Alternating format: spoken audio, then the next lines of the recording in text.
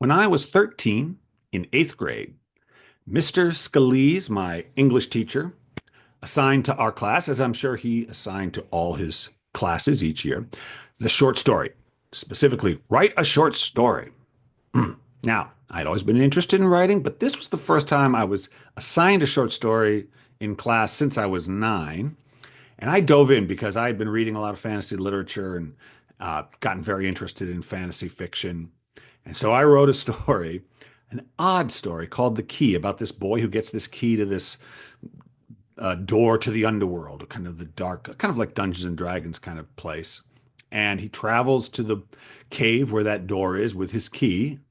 And there he meets a ghost of a former adventurer who didn't make it out alive. And the ghost says, "You shouldn't go down there." And the boy goes, "Okay, I guess you're right," and goes home. That was the story. 8 pages long. I don't know why I ended it that way. I think I just thought, God, I've been writing a lot here. I think got to wrap this up. So that was the story. Kind of a strange story, but I loved writing it. And then when we were done, we then read them in class, and I read mine. And I recognized a lot of the kids didn't want to write stories, so it was kind of an experiment for them.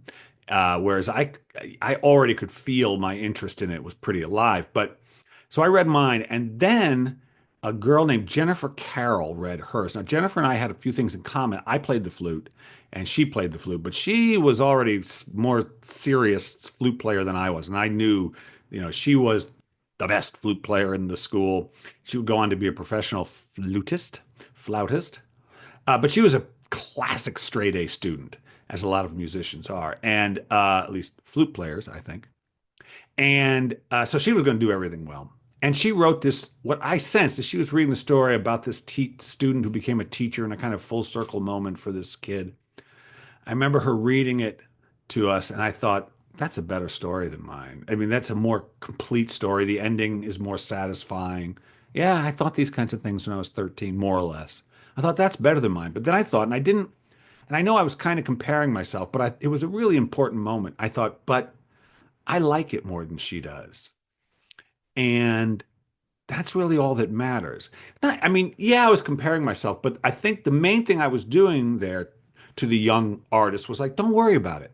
It doesn't matter that right now she's written a story that you recognize is more grown up in a way than what you wrote. The only thing that actually matters is your interest. And I knew I was interested. And I thought, I don't think she'll ever write another story, probably. I could just feel it. Like she just did it well, the way she did everything well. That's fine. She's got her life, she's got the things she wants to do. But it was the first recognition of the importance of or the primacy of interest above talent. Talent, I don't like the word, but even a facility. Facility is just a measure of where you are right now, but interest is the thing that will grow your facility. Interest is the thing that will fill in all the gaps in your knowledge, in your ability, in your tools. I play the guitar, as you know, and piano. I'm an okay musician, but I'm a pretty good composer. My interest in composition is greater, admittedly, than my interest in musicianship. I'm very interested in composition, and I've learned a lot about it because of that. Just the way harmony works and the way melody works and doesn't work in lyrics, all this. That's where my real interest lies. And I think it's important for us to remember that that interest conquers, it trumps everything. You pay attention to what you're interested in. You pay attention to what you're curious about, and the rest will take care of itself. It really will.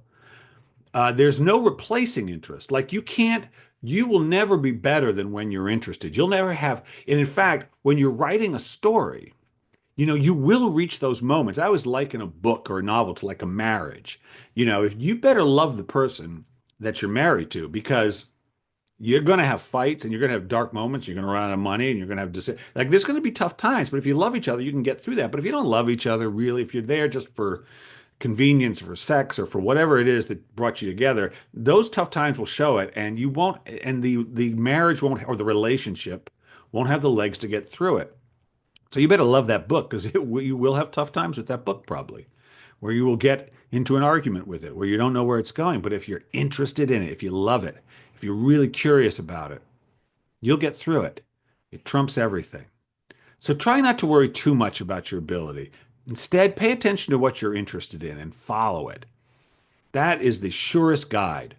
That was what will give you patience. That's what will give you stick to itiveness.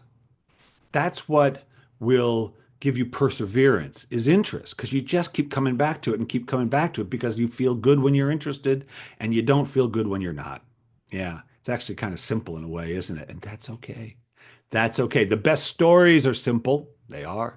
And the best advice is too. So, hey, thanks for tuning in. As always, if you like it and don't want to miss a dose of inspiration, hit subscribe. That's what you got to do. And if you want to leave a comment, hey, I'd love to hear from you. I would. So until next week, this is Bill Kenower. Stay fearless.